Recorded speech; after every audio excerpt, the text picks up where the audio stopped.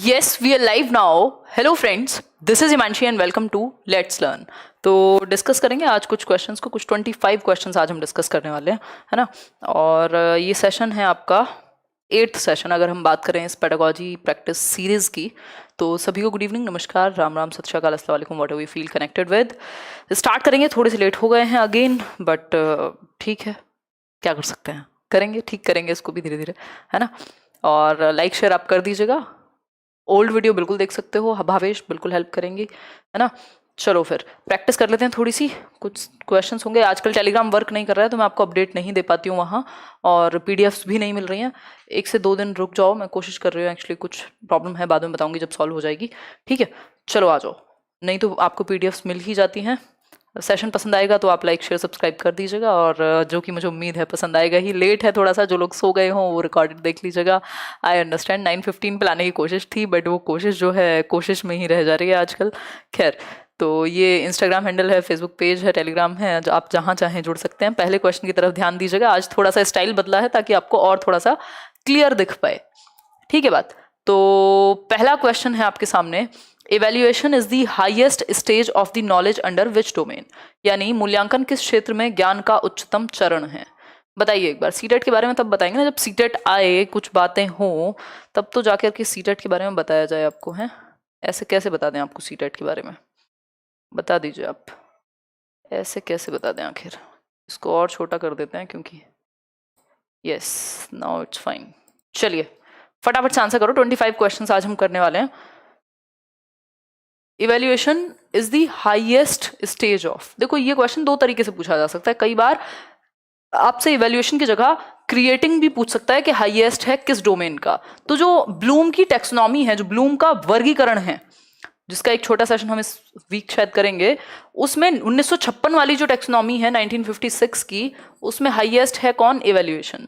जो 2001 का revised version है इस टेक्सोनॉमी का, उसमें क्रिएटिंग यानी सिंथेसिस को हाईएस्ट माना गया है। तो जिस भी तरह से आपसे पूछा होगा, नाउन की फॉर्म में पूछेगा तो आप आंसर इवेल्युएशन रखेंगे। तो कॉग्निटिव डोमेन का ये हाईएस्ट गोल है, जो 6th लेवल है। स्किल साइकोमोटर में तो फिजिकल एक्टिविटीज आती हैं, अफेक्टिव में इमोशंस आते हैं, और स्किल जैसा कोई डोमेन है नहीं। तो इमोशंस आते हैं अफेक्टिव में, ठीक। साइकोमोटर में फिजिकल गतिविधियां आएंगी आपकी। और अगर कॉग्निटिव डोमेन की हम बात करें तो कुछ 6 लेवल्स हैं, जैसे 6 लेवल्स हैं। और वो 6 लेवल्स क्या हैं अगर हम बात करना चाहें तो हमें पता होना चाहिए। वो 6 लेवल्स हैं आपके। नॉलेज से कहानी शुरू होती है, K फॉर नॉलेज, फिर C फॉर कॉम्प्रिहेंशन, फिर A for application, then analysis, then आपका सिंथेसिस, और फिर है इवेल्युएशन। तो ये फर्स्ट कॉग्निटिव डोमेन यानी दिमाग से रिलेटेड, फिर सेकंड एप्लीकेशन, थर्ड एनालिसिस यानी तोड़ के देखना, फोर्थ सिंथेसिस जोड़ना या क्रिएट करना नया, 5th और 6th इवेल्युएशन। तो हाईएस्ट क्या हुआ यहाँ पे? सिंपल सी बात है, हाईएस्ट हो गया आपका इवेल्युएशन। और ये डोमेन कौन सा है? कॉग्निटिव डोमेन है, जिसमें संज्ञान यानी आपके दिमाग का इस्तेमाल होता है। इसके अलावा 2 डोमेन और हैं, एक है अफेक्टिव जिसमें इमोशंस आते हैं, और दूसरा है आपका क्या, दूसरा जो है उसको बोलते हैं साइकोमोटर, जिसमें फिजिकल एक्टिविटीज आती हैं। ठीक है जी बात, बढ़े आगे। नेक्स्ट, चले नेक्स्ट क्वेश्चन पे। यस, डीट प्लस में फीमेल जो टीजीटी पोस्ट के लिए 10 साल का रिलैक्सेशन कर दिया है। डीट प्लस भी ऐसी हरकतें करता रहता है, जब 4 लोग जाकर के कोर्ट में या कहीं पे कुछ लगा देते हैं तब वो अपनी मर्जी से देख लेते हैं। तो ये एक बेसिक बात है। चलिए आगे बढ़े नेक्स्ट क्वेश्चन की तरफ। देखिए, बहुत देर से वेट कर रहे थे, आई अंडरस्टैंड। क्वेश्चन देखिए, देखिए क्वेश्चन देखिए। क्वेश्चन नंबर 2 है, why is sex education not discussed enough in our country, यानी सेक्स एजुकेशन क्यों ढंग से डिस्कस नहीं हो पाता, पर्याप्त चर्चा क्यों नहीं हो पाती सेक्स एजुकेशन पे हमारे देश में। बताइए एक बार, फटाफट से जवाब दीजिए। बहुत बढ़िया। तो पहला ऑप्शन है, discussing sex education in our country is a taboo not acceptable in our society. एक टैबू है और हमारी सोसाइटी में एक्सेप्टेबल नहीं है। या फिर अगर हम बात करें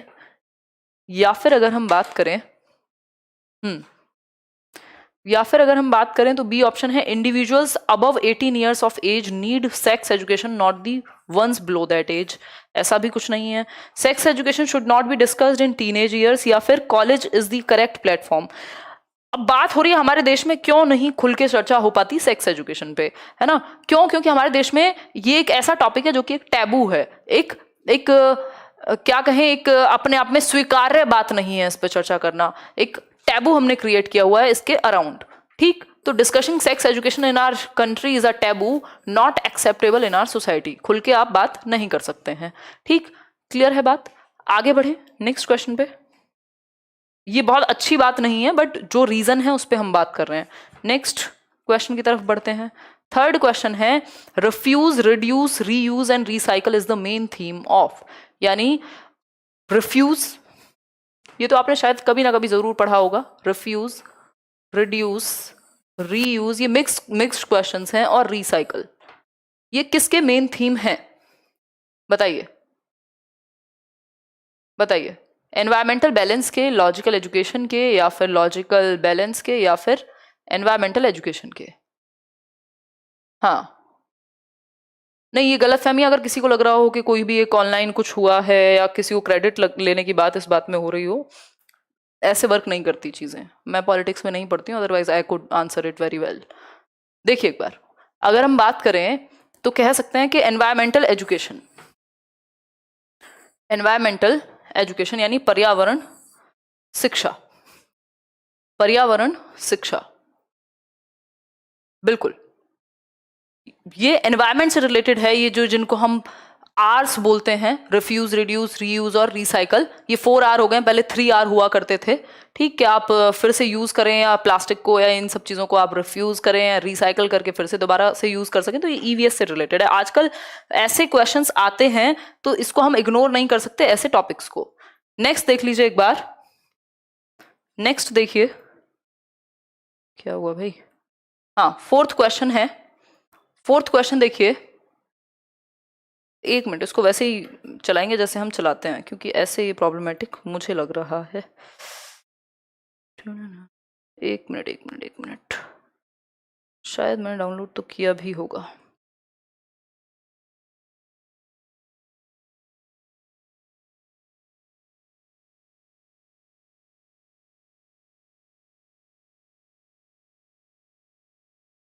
पीडीएफ की फॉर्म में करेंगे तो थोड़ा हमें स्पेस मिल जाता है इस बहाने। क्लास का टाइमिंग है 9:15, बट अभी 2-3 दिन से चीजें खराब चल रही हैं, ठीक हो जाएंगी। देखिए, चलिए आइए फटाफट से। कोई कह रहा है फर्स्ट टाइम लाइव, बहुत ही बढ़िया, बहुत खुशी की बात है, आ जाओ पहले। सही है सही है।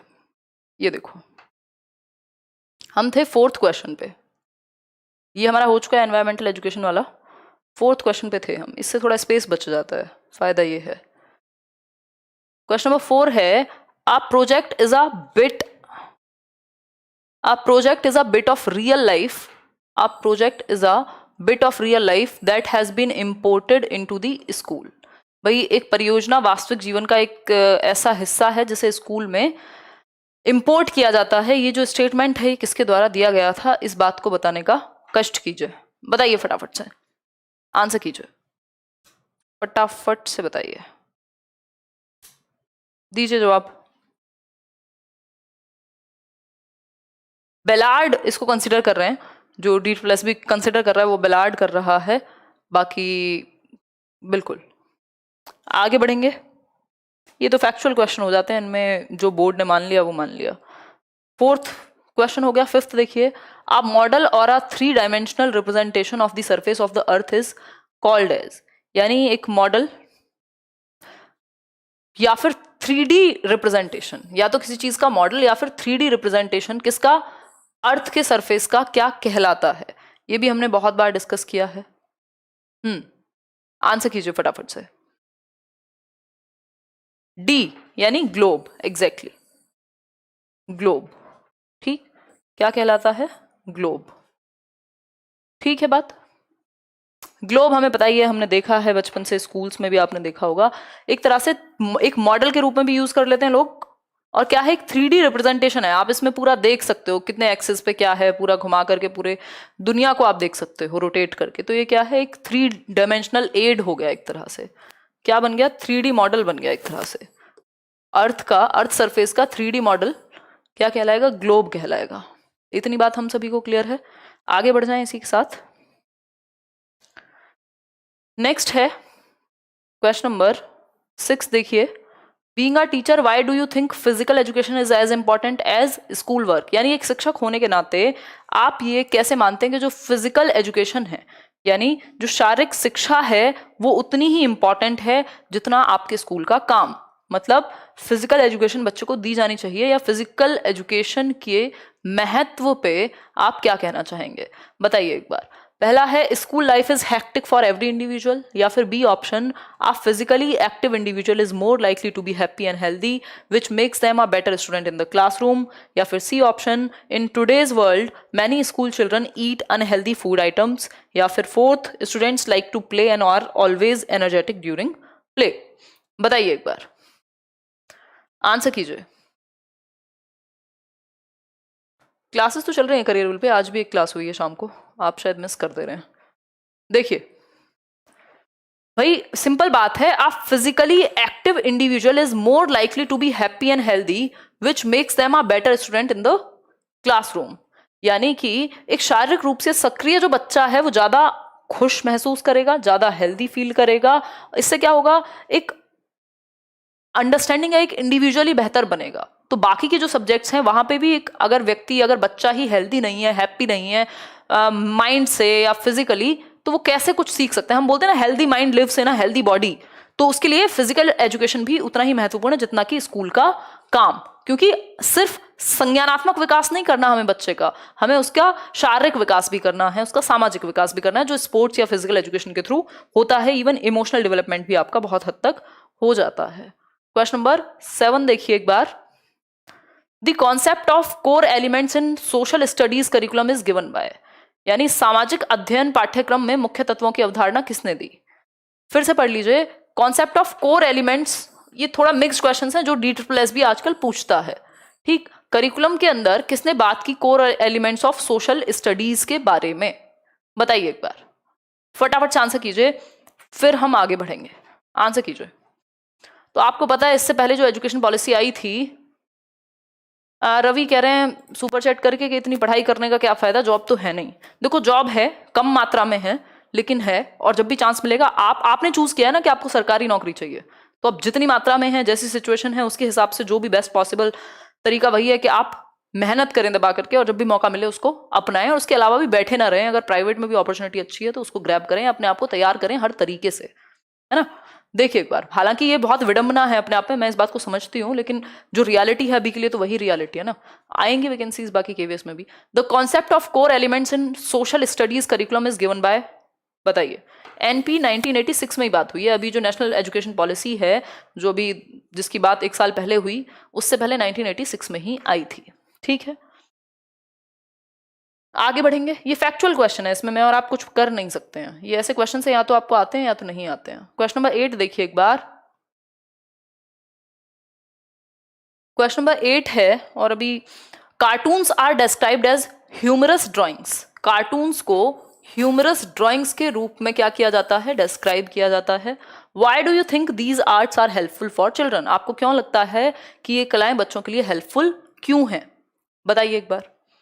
Cartoons are described as humorous drawings, जिससे बच्चे को एक खुशी महसूस होती है। इस तरह की ड्राइंग जिसमें कुछ ह्यूमर छिपा हुआ होता है, उनको हम कार्टून्स कह रहे हैं। आप क्यों जरूरी समझते हैं बच्चे के लिए कि ये जो आर्ट की फॉर्म है ये बच्चे को कैसे हेल्प करेगी।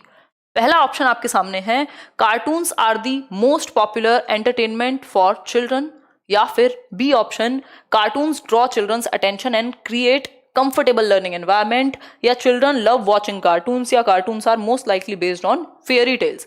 इवन आप देखते होंगे कार्टून सिर्फ बच्चों के लिए ही नहीं, आज की डेट में तो अगर हम देखें तो हमारी अटेंशन को ड्रॉ करने का बहुत ही अच्छा तरीका है। मतलब हमारी अटेंशन को एक तरह से फोकस करने का, या हमारी अटेंशन को खींचने का एक जगह पे बहुत ही अच्छा तरीका है। फॉर एग्जाम्पल आप देखते हैं न्यूज के बीच में वो लोग क्या करते हैं, बड़े फनी कुछ कार्टून जैसी कुछ एक मूवी बना देते हैं बीच में एक एड के रूप में, जिसको देख करके इतना फनी लगता है आपको कि कोई एक पॉलिटिकल लीडर है उसका कार्टून बना दिया और वो कुछ बोल रहा है। तो ये सारी चीजें हमारी अटेंशन ड्रॉ करने में हेल्प करती हैं। Cartoons draw children's attention and create comfortable learning environment. अब अटेंशन ग्रैब कर ली, दूसरा इंटरेस्ट बच्चे का बन जाएगा, ह्यूमरस वो पहले से ही है, तो क्या होगा, एक कंफर्टेबल लर्निंग एनवायरनमेंट बन जाएगा। ठीक है ना बात, आगे बढ़े, नेक्स्ट क्वेश्चन पे चलते हैं। क्वेश्चन नंबर 9 है, what is the meaning of adolescent in sociological interpretation. यानी कि अगर हम सामाजिक इंटरप्रिटेशन देखें, यानी समाज शास्त्र की अगर इंटरप्रिटेशन देखें, क्योंकि आप सिर्फ पेडागोजी नहीं पढ़ रहे हैं, इसमें आप ऑलमोस्ट सारी चीजें रिलेटेड पढ़ रहे हैं, तो अडोलेसेंट का मतलब क्या होगा, यानी किशोरावस्था का मतलब क्या होगा, किशोर का मतलब क्या होगा सोशियोलॉजिकल पर्सपेक्टिव में यदि हम बात करें, बताइए एक बार। पहला ऑप्शन है, it represents a young person in transition between the behaviours that are typical of children and the behaviours that are typical of adults. या फिर नेक्स्ट है, it is a period of identity formation. At this stage the individual begins to place himself or herself in ego space time. या फिर it is a period in which the individual becomes free from adult constraints. या it is a transitional period between childhood and adulthood when a child moves from dependency upon parents or other adults of the family. तो आपको पता है, ये हमने अभी जो रीट वाली सीरीज शुरू की थी, मैंने आपको बहुत अच्छे से डिस्कस किया हुआ है कि जो एडोलेसेंट पीरियड है ये क्या है, एक ट्रांजिशनल पीरियड है। इसको ब्रिज भी मानते हैं, किसके बीच में, चाइल्डहुड और अडल्टहुड के बीच में। Transitional period between childhood and adulthood when a child moves from dependency upon parents to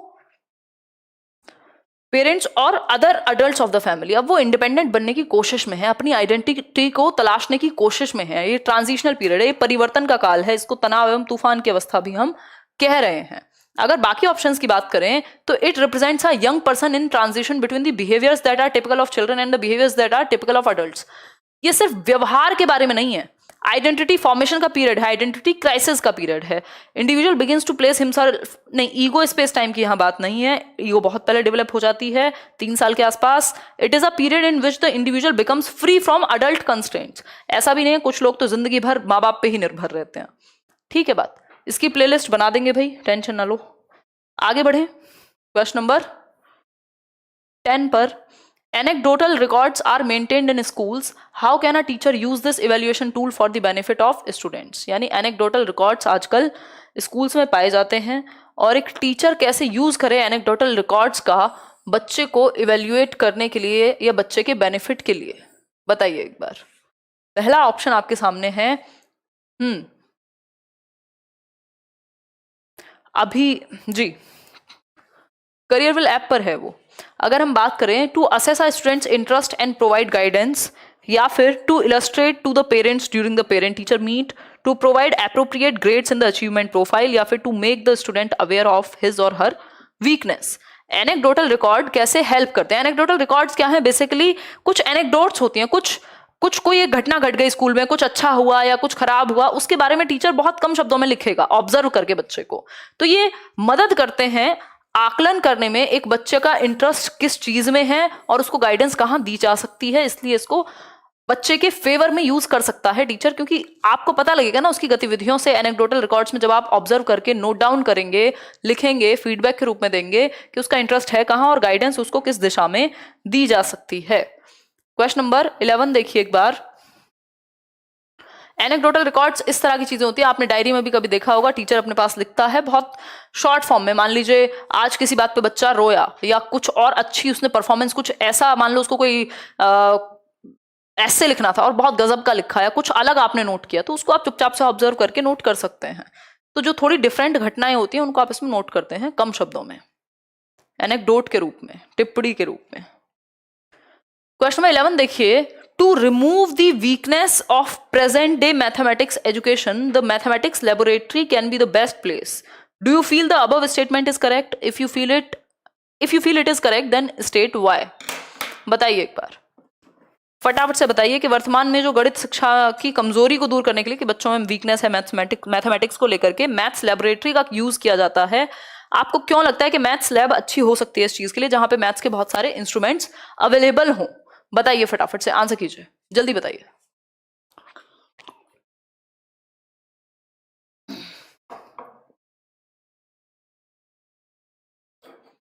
दीजिए जवाब। पहला ऑप्शन है the lab setup can provide scope for greater involvement of both mind and the hand which facilitates cognition. बात तो ठीक लग रही है। Every school is trying to establish a maths laboratory in the school, ये तो कोई पॉइंट नहीं है। स्टूडेंट्स आर पैसिव लर्नर्स, ऐसा तो कभी हो ही नहीं सकता कि बच्चा पैसिव हो।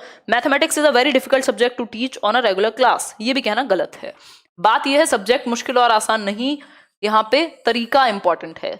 The lab setup can provide scope for greater involvement of both mind and the hand. आपने देखा होगा, मेरे फादर मैथ्स के टीचर थे, तो आजकल मैथ्स की वो आती है, एक प्रॉपर किट आती है, टूल किट और वो सब, उसमें बहुत सारे इंस्ट्रूमेंट्स आपको मिल जाएंगे। तो वो बच्चे को एक्टिव रखने के लिए है, जिसमें वो अपने दिमाग के साथ साथ हाथों से भी इन्वॉल्व हो अलग अलग चीजों में, इंटरेस्ट क्रिएट होगा मैथ्स की लैब से बच्चे में। आगे बढ़िए, क्वेश्चन नंबर 12 देखिए। Drama is a valuable tool for use in a classroom, it caters to. Drama या रोल प्ले मेथड की अगर हम बात करते हैं, ड्रामा की बात मोरेनो करते हैं, जेकॉब एल मोरेनो। ठीक, अगर हम बात करें drama is valuable tool for use in a classroom, एक इंपॉर्टेंट टूल है, क्यों? इसकी एक्सप्लेनेशन फाइंड आउट करनी है। चारों ऑप्शंस पढ़िए, फिर हम आगे बढ़ जाएंगे। बताइए प्लीज, जल्दी आ जाए करिए, आने लगता है, नींद आने लगती है। ससुराल में मॉर्निंग में 5 बजे उठना होता है। मैं पक्का कोशिश करूंगी कल से 9:15 बजे ही हम शुरू कर दें, 9:15 पे, पक्का। आपने ये भारी बात कह दी है, तो इसका ख्याल हमें रखना पड़ेगा। ठीक है जी, देखिए एक बार। तो drama is a valuable tool for use in a classroom, it caters to students who like to move and interact with others, students who are very active and expressive, students who are challenged by reading and writing, students who can memorize and speak well. देखिए एक बार, who like to move and interact, सबसे ज्यादा active बच्चा कहाँ है? बताइए एक बार, सबसे ज्यादा एक्टिव आपको बच्चा कहाँ नजर आ रहा है? वही आंसर है इसमें, सिंपल। भाई ड्रामा बच्चे के लिए क्यों अच्छा है? सिंपल बात है, बच्चा होगा एक्टिव, उसका इंटरेस्ट क्रिएट होगा, यही 2-3 चीजें हैं। Students who are challenged by reading and writing, उनके लिए क्या है? ड्रामा एक वैल्यूएबल टूल साबित हो सकता है, कह सकते हैं। लिखने में उनको पढ़ने और लिखने में दिक्कत है, वो ड्रामा के थ्रू सीख सकते हैं। बिल्कुल। भाई किसको मदद करेगा? जिन लोगों को पढ़ के और लिखने में ज्यादा समस्या है, वो देख करके और समझ सकते हैं, इसलिए सी ऑप्शन के साथ हम जाएंगे। यहां आगे बढ़ेंगे, क्वेश्चन नंबर 13 देखिए। What did UNICEF and NCERT include in sex education? UNICEF और NCERT ने क्या इंक्लूड किया है सेक्स एजुकेशन के बारे में? बताइए। सोशल एटिकेट्स, या फिर taking care of feelings and emotions, या फिर कॉग्निटिव डेवलपमेंट, या फिर information about sexually transmitted disease. कीजिए आंसर। तो अगर हम बात करें यहां, तो इंफॉर्मेशन को ऐड किया है सेक्स जो एजुकेशन है उसमें, information about sexually transmitted disease. अगर आप अपने फिजिकल एजुकेशन में भी पढ़ते हैं, बीएड में, डीएलएड में, या फिर बीएड डीएलएड या डीएड में, यहाँ पे भी आपको पता चलता है कि आप क्लियरली सेक्स एजुकेशन का जो एक कॉलम है या जो एक टॉपिक है, वहां सिंपली चीजें लिखी हुई हैं कि भाई इसके क्या क्या नुकसान हो सकते हैं या क्या डेंजर्स हैं, जिसमें sexually transmitted disease, STDs included हैं। ठीक, तो लॉजिकल आंसर हमें देना होता है हमेशा।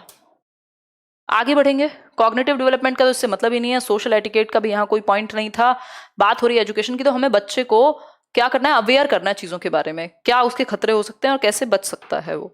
तो क्वेश्चन नंबर 14 देखिए। Our education has got to be revolutionized, the brain must be educated through the hand. The brain must be educated through the hand, यानी दिमाग को हम एक्टिविटी से जोड़ दें। इसकी बात कौन करता है? आपको 3H का फॉर्मूला याद होगा, है ना, जिसमें महात्मा गांधी बात करते हैं बेसिकली इसकी, कि बच्चे की एक्टिविटी से, वोकेशनल एजुकेशन से उसको हम जोड़ दें, जिसमें वो कुछ एक्टिविटी करके सीखे, क्योंकि ब्रेन आपका बेहतर तरीके से सीखेगा जब आप फिजिकल एक्टिविटीज में इन्वॉल्व होंगे। तो ये स्टेटमेंट है महात्मा गांधी का, सी ऑप्शन। आगे बढ़ेंगे क्वेश्चन नंबर 15 की तरफ। What is the main aim of Shiksha Karmi project of Rajasthan filling the vacuum? अब ये अच्छा क्वेश्चन है। इस तरह की कुछ पॉलिसीज हैं जो ये बैच है DEET+B वाला, इसमें डिस्कस करनी पड़ेंगी हमें, या पॉलिसीज वाला जो चैप्टर है इसको कभी डिस्कस कर भी लेंगे, यहाँ यूट्यूब पे भी कर लेंगे, मौका लगेगा तो, है ना। तो बात हो रही है शिक्षा कर्मी प्रोजेक्ट। गवर्नमेंट इतने सारे प्रोजेक्ट चलाती है कि आपको सिर्फ 2-4 ही पता होते हैं। ठीक, Shiksha Karmi project of Rajasthan filling the vacuum. अब आप इससे अंदाजा लगा सकते हैं फिलिंग द वैक्यूम का मतलब क्या है। फिलिंग द वैक्यूम का मतलब क्या है, हाँ मतलब खाली जगह है उसको भरना है। तो to tackle the problem of teacher absenteeism, to tackle the problem of lack of teachers, to tackle the problem of inexperience of teachers, या फिर to tackle the problem of disinterested the problem of disinterest among teachers. एक बार देखिए और जवाब दीजिए।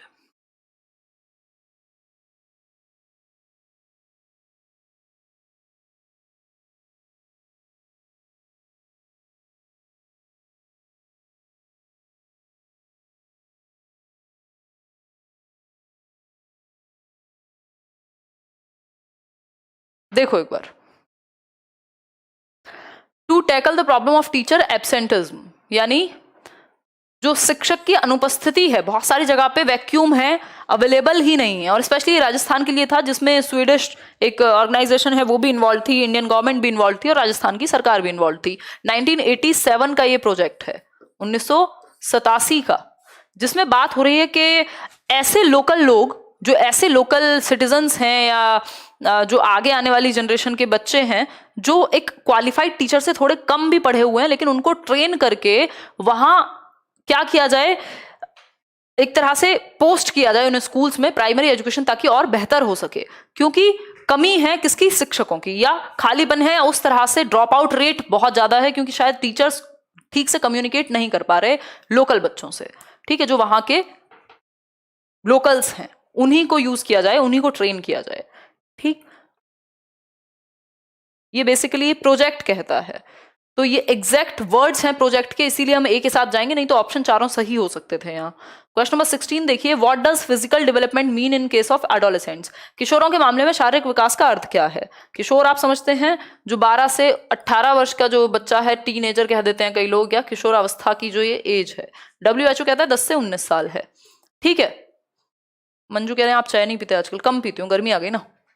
देखो एक बार, maturation process in which an individual's cognitive development happens and individual becomes socially active, या फिर B option, maturation process that leads to various physical changes, growth is accelerated, bodily shape changes, primary and secondary sexual characteristics become marked। बड़े बड़े इन्होंने पूरी कहानी बना दी है, इतने बड़े बड़े ऑप्शन दिए है ना। फिर है maturational process where emotional changes happen, या फिर maturation process in which the individual grows tall and strong. देखो अगर हम बात करें एडोलेसेंस की, तो हमें पता है शारीरिक विकास भी बहुत तेजी से होगा, संज्ञानात्मक विकास भी बहुत तेजी से होगा, जो रिप्रोडक्टिव ऑर्गन्स हैं वो भी बहुत तेजी से ग्रो करेंगे। मतलब ऑलमोस्ट तनाव एवं तूफान है, क्योंकि साइकोलॉजिकल, फिजिकल, इमोशनल हर तरह के चेंजेस की भरमार है इस उम्र में। ठीक है बात, तो इसलिए बहुत सारे कॉन्फ्लिक्ट्स भी होते हैं। तनाव एवं तूफान की अवस्था तभी कह रहे हैं स्टैनली हॉल इस एज को। तो अगर हम बात करें इन विच कॉग्निटिव डेवलपमेंट तक नहीं है यहाँ बात सिर्फ सीमित। ठीक, यहां बात है maturation process that leads to various physical changes, हाँ बहुत सारे शारीरिक परिवर्तन होंगे। Growth is accelerated, bodily shape changes, बिल्कुल सही बात है, बॉडीली शेप चेंज होती है। इसके अलावा अगर हम बात करें primary and secondary sexual characteristics become marked, ये बात बिल्कुल सही है कि इतने सारे परिवर्तन होते हैं। ठीक, आगे बढ़ेंगे।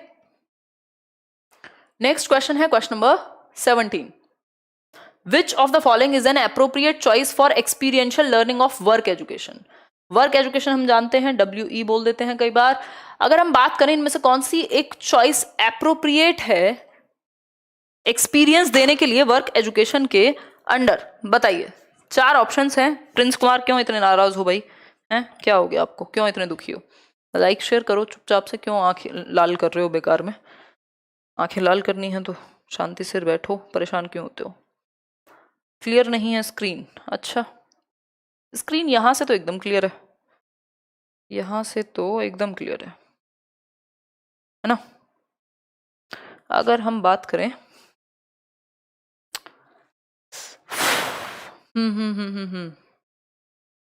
एक मिनट रुको, इसमें पोल भी दे सकते हैं ना, आई थिंक आज कोई कह रहा था मुझे कमेंट्स में। देखते हैं एक बार इसमें हम पोल ट्राई कर सकते हैं कि नहीं। चलिए 17 का बी कह रहे हैं कई लोग, यानी which of the following is an appropriate choice for experiential learning of work education के अंडर हम बेसिकली वोकेशनल स्किल्स सिखाते हैं या बच्चे को मौका देते हैं कि वो कुछ रियल लाइफ में कर सके जिससे वो स्टेबल हो जाए कल को। तो क्लासरूम्स में तो वर्क एजुकेशन की शिक्षा नहीं दी जा सकती, थियोरी नहीं है, वर्क एजुकेशन एक्सपीरियंस देने की बात हो रही है।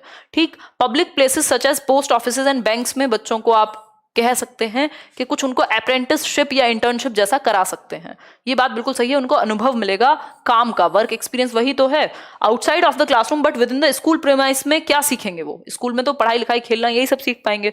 अदर स्कूल सबसे बेटर ऑप्शन है कि उनको अगर वर्क एक्सपीरियंस दिलाना है तो हम पब्लिक प्लेसेस में उनको मौका दें देखने का काम को, या थोड़ा बहुत अपना इन्वॉल्वमेंट दिखाने का, जैसे कि पोस्ट ऑफिस या फिर बैंक। हिंदी ट्रांसलेशन हाँ काफी खराब मिल सकता है इस केस में, तो इंग्लिश पे फोकस कीजिएगा या इसको थोड़ा सा और बेहतर कराने का प्रयास करेंगे। क्वेश्चन नंबर 18 देखिए, education is manifestation of perfection already in man. ये तो बहुत ही आसान है, आपने बहुत बार सुना भी होगा। शिक्षा मनुष्य में पहले से ही पूर्णता की अभिव्यक्ति है, पहले से ही मौजूद पूर्णता की अभिव्यक्ति, यानी एजुकेशन मैनिफेस्ट करता है परफेक्शन जो कि ऑलरेडी प्रेजेंट है ह्यूमंस में या मैन में। ये बात स्वामी विवेकानंद ने कही है। ठीक, कि आप कुछ नया नहीं सिखा रहे, बस मैनिफेस्ट कर पा रहे हैं जो पहले से ही प्रेजेंट है। आगे बढ़ेंगे क्वेश्चन नंबर 19 की तरफ। NCERT is meant for, national council for educational research and training जो है उसका उद्देश्य क्या है, या is meant for what? Research in economic field, research in ecology, research in environmental issues, या रिसर्च इन एजुकेशन? बताइए एक बार, फटाफट से आंसर कीजिए। रिसर्च इन एजुकेशन, भाई हमें पता ही है एनसीईआरटी की जो हेड ब्रांच है 1961 में आई थिंक एस्टेब्लिश हुआ था, 1961 और 63। एक बार कमेंट करके बताना एनसीईआरटी कब एस्टेब्लिश हुआ था। मेरे ख्याल में 1961 और 63 में ही हुआ था। न्यू दिल्ली में इसका हेड ऑफिस है और it stands for national council for educational research and training, यानी एजुकेशन में जो रिसर्च होती है और ट्रेनिंग के लिए दो इंपॉर्टेंट चीजें हैं। सबसे ज्यादा इंपॉर्टेंट है एजुकेशन में रिसर्च का होना, बुक्स वगैरह जितनी भी बनती हैं वो सब एनसीईआरटी बनाता है। ठीक है, तो अनुसंधान के लिए सबसे ज्यादा काम में आएगा कौन? एनसीईआरटी। एक ऑटोनॉमस बॉडी है if I am not wrong. तो क्वेश्चन नंबर 20 देखिए, warming up activities in a physical education class is important because they are, यानी वार्म अप आप समझते हैं फिजिकल एजुकेशन में, भाई कोई भी आप एक्टिविटी करने जा रहे हैं उससे पहले थोड़ा सा वार्म अप करेंगे, थोड़ी हल्की एक्टिविटी करेंगे ताकि आपकी बॉडी क्या है थोड़ी सी एक्टिव हो जाए, एकदम से कोई इंजरी ना हो जाए अगर आप तुरंत 100 पे चले जाएंगे तो। ठीक है, स्पीड कम कीजिए, थोड़ा सा स्पीड ज्यादा है आज, हाँ थोड़ा सा लेट हो गया ना शायद इसलिए भी ज्यादा होगी। देखिए एक बार 1961, यस ग्रेट। चलिए फिर आगे बढ़िए, पढ़िए एक बार इसको, क्वेश्चन को।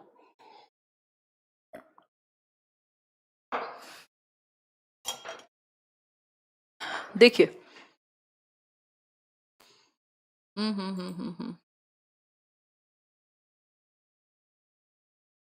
सही है। देखिए warming up activities in a physical education class is important because it helps to set the rhythm for the formal activities, allow relaxation time for teachers को relaxation का कोई जगह नहीं है पूरे करिकुलम में, create opportunities to win, ये उद्देश्य होता नहीं है किसी भी एक्टिविटी को कराने का, are interesting to the students, नहीं, मेन उद्देश्य ये है कि जो फॉर्मल एक्टिविटीज, जो एक्चुअल गेम या स्पोर्ट्स में उनको भाग लेना है उससे पहले एक वार्म अप हो जाए ताकि रिदम में आ जाए पूरी बॉडी, या फॉर्मल एक्टिविटी से पहले उनका माइंडसेट भी, जैसे भागने से पहले थोड़ा बहुत एक्टिविटी करके देख लेता है इंसान। ठीक है, इवन जिम भी जाते हैं जो लोग, वहां पे भी पहले वार्म अप करते हैं आप भारी एक्सरसाइज करने से पहले। क्वेश्चन नंबर 21 देखिए, which of the following is not a component of physical fitness? Physical fitness का कौन सा एक कॉम्पोनेंट नहीं है, यानी शारीरिक फिटनेस का घटक नहीं है? फ्लेक्सिबिलिटी, स्पीड, एंड्योरेंस या लॉजिक? बताइए एक बार। ये एंड्योरेंस यहाँ धीरज नहीं होगा, ये है सहनशीलता या कितनी क्षमता, कितनी एंड्योर आप कितना कर सकते हैं, आपकी पावर पेन को झेलने की एक तरह से। बताइए भाई, लॉजिक तो दिमाग का खेल है ना, ये तर्क जो है इसका फिजिकल फिटनेस से क्या लेना देना है? ये तो संज्ञान से रिलेटेड है, आपके कॉग्निशन से रिलेटेड है। ठीक, फ्लेक्सिबिलिटी आपकी शारीरिक फिटनेस से ही रिलेटेड है कि आपकी फ्लेक्सिबिलिटी कितनी है। आज वैसे भी योगा डे है, बॉडी में कितनी स्पीड से आप कोई एक्टिविटी कर सकते हैं, एंड्योर कितना कर सकते हैं आप किसी भी पेन को, या फिर अगर हम बात करें जो भी एक्टिविटी आप कर रहे हैं उस कई बार एंड्योरेंस की जरूरत पड़ती है। आगे बढ़ेंगे क्वेश्चन नंबर कि पता चले। क्वेश्चन नंबर 22 देखिए, 22 कहता है what is the role of leading teachers, यानी अग्रणी शिक्षकों की भूमिका का क्या अर्थ है? लीडिंग टीचर्स का मतलब क्या है? Improvement of management and supervision, improvement of school, improvement of technology या improvement of skills, knowledge and performance. तो ये तो आसान है कि भाई स्किल्स में भी इंप्रूवमेंट हो, नॉलेज में भी और परफॉर्मेंस में भी। यही बात टीचर्स लीड करें तो होनी चाहिए। आगे बढ़ेंगे नेक्स्ट क्वेश्चन की तरफ। नेक्स्ट क्वेश्चन है आपका question number 23। How does cognitive development happen in adolescents, यानी किशोरों में संज्ञानात्मक विकास कैसे होता है? संज्ञानात्मक विकास यानी आपकी मेंटल एबिलिटीज से संबंधित, जिसमें आपका दिमाग या मेंटल स्किल्स इन्वॉल्व हो, जैसे सोचना, तर्क करना या बाकी चीजें। ठीक है बात? बताइए एक बार। पहला ऑप्शन है the cognitive development takes place mainly in areas of perception, handling of logical problem and reasoning. The cognitive development has already taken place, या फिर the cognitive development takes place in getting knowledge about the world, या D option no further cognitive development takes place. बताइए, आज तो कुछ ज्यादा speed हो रही है, मुझे ही पता लग रहा है। देखिए एक बार, आंसर कीजिए भाई। कॉग्निटिव डेवलपमेंट कैसे होगा एडोलेसेंट्स में? तो the cognitive development takes place mainly in areas of perception, हाँ बिल्कुल परसेप्शन फॉर्म होता है। Handling of logical problem and reasoning, बिल्कुल यही एज है जहां पे लॉजिक पूरे तरीके से डेवलप हो चुका है, इवन एब्स्ट्रैक्ट रीजनिंग भी आ जाएगी। ठीक, ऐसा नहीं है हैज ऑलरेडी टेकन प्लेस, ये हाईएस्ट लेवल है जब आपका एडोलेसेंट्स में बहुत हद तक आपका कॉग्निटिव डेवलपमेंट, जो सबसे कॉम्प्लेक्स चीजें वो आ जाती हैं, जब से एब्स्ट्रैक्ट थॉट, हाइपोथेटिको, डिडक्टिव रीजनिंग वगैरह इसी एज में आ रही हैं। ठीक, ऐसा नहीं है कि no further development can take place, वो कहना गलत होगा। जो प्याजे की स्टेज है अगर कॉग्निटिव डेवलपमेंट की, तब भी आप देखें तो 11 साल के बाद वाली जो स्टेज है वहां पे सबसे ज्यादा कॉम्प्लेक्स संज्ञानात्मक विकास बच्चे का होगा। क्वेश्चन नंबर 24 देखिए, which of the following is not a member of the SMC. SMC होती है स्कूल मैनेजमेंट कमेटी, जिसकी जो बात कही है वो RT, right to education act 2009 में, अभी हमने कुछ टाइम पहले ही डिस्कस किया था। तो कौन इसका मेंबर नहीं होता? तो मैंने डिस्कस भी किया था कौन कौन इसके मेंबर होते हैं। इसका प्रिंसिपल आपके आपके स्कूल टीचर्स या लोकल बॉडीज के जो, इवन सोसाइटी के जो मेंबर्स हैं, पेरेंट्स बच्चों के, वो सब इसके मेंबर हैं। यानी लिटरेट पेरेंट्स जो साक्षर माता पिता हैं, लिटरेट कम्युनिटी मेंबर्स जो आसपास की कम्युनिटी के मेंबर हैं और जो साक्षर हैं, टीचर्स, स्कूल का कुछ स्टाफ भी, लेकिन स्टूडेंट्स इसके मेंबर नहीं होते। स्टूडेंट्स के लिए तो ये बनाया जाता है, बट आंसर यही सही है क्योंकि पूछा ही गलत है कि कौन इंक्लूडेड नहीं है एसएमसीज में। क्लियर है बात? आगे बढ़ेंगे नेक्स्ट क्वेश्चन पे। क्वेश्चन नंबर 25 देखिए, आज के लिए लास्ट। ये एसएमसी जैसे टॉपिक हम कभी कभी बीच में करते रहेंगे, जैसे वेडनेसडे तक आपकी ये वाली क्लास होगी, उसके बाद छोटे छोटे टॉपिक कर लेंगे। The Olympic motto whatever it is, क्या कह रहे हैं, सिटियस, ऑल्टियस, फोर्टियस का मतलब क्या है, ये पूछ रहे हैं। बताइए एक बार, आंसर कीजिए। अब ये ऐसे टॉपिक हैं जो अलग से हैं थोड़े, पोल दीजिए। देखते हैं यार, पोल का कुछ अगर जुगाड़ हो सकता है तो मैं आपको बताती हूँ जल्दी ही इस बारे में, है ना। अभी तो यहाँ ऑप्शन नहीं आ रहा है पोल देने का। देखिए एक बार, इसका आंसर क्या होगा? बी, फास्टर, हायर और स्ट्रॉन्गर। फास्टर, हायर और स्ट्रॉन्गर। अब ये टेढ़े मेढ़े क्वेश्चन है कई बार जो आपसे पूछ लिए जाते हैं। ये तो या तो आपको पता होते हैं या तो आपको नहीं पता होते। इनमें आप तुक्का लगाएंगे तो गड़बड़ होने के चांसेस ज्यादा रहते हैं। ठीक है, ये डीट प्लस भी पीआरटी के लिए कुछ वो है करेंट पब्लिकेशन की, इसका लिंक डिस्क्रिप्शन में, अगर किसी को प्रीवियस ईयर अभी भी ना समझ आ रहा हो कि कौन से लेने हैं। ठीक, और टीजीटी के लिए भी इवन लाइक शेयर सब्सक्राइब आप कर दीजिएगा। एज बढ़ गई है, जो लोग 10 साल 30+10 का रिलैक्सेशन उन्होंने दिया है। ये जो पीडीएफ्स हैं, जितने भी सेशन हुए हैं 8 के 8, मुझे लग रहा है एक साथ ही मैं दूंगी, हो सकता है 1-2 दिन और बाद मिले टेलीग्राम चैनल पे। ठीक है, आज के लिए इतना ही। आउट ऑफ 25 आपके कितने ठीक हुए, इसके बाद के क्वेश्चंस तो कल करेंगे हम, वो आप बता दीजिएगा। ठीक है, कमेंट करके आप बता सकते हैं। कहीं कोई डाउट हो तो वो भी पूछ सकते हैं। इतना स्लो क्यों चल रहा है? ठीक है जी, कोई और दुख दर्द परेशानी हो तो बताइए। प्ले लिस्ट बना देंगे इसकी। हाँ, ग्रेट। ओ गॉड। चलिए फिर, take care. Okay, good night, कल मिलते हैं। मैराथन दे देंगे।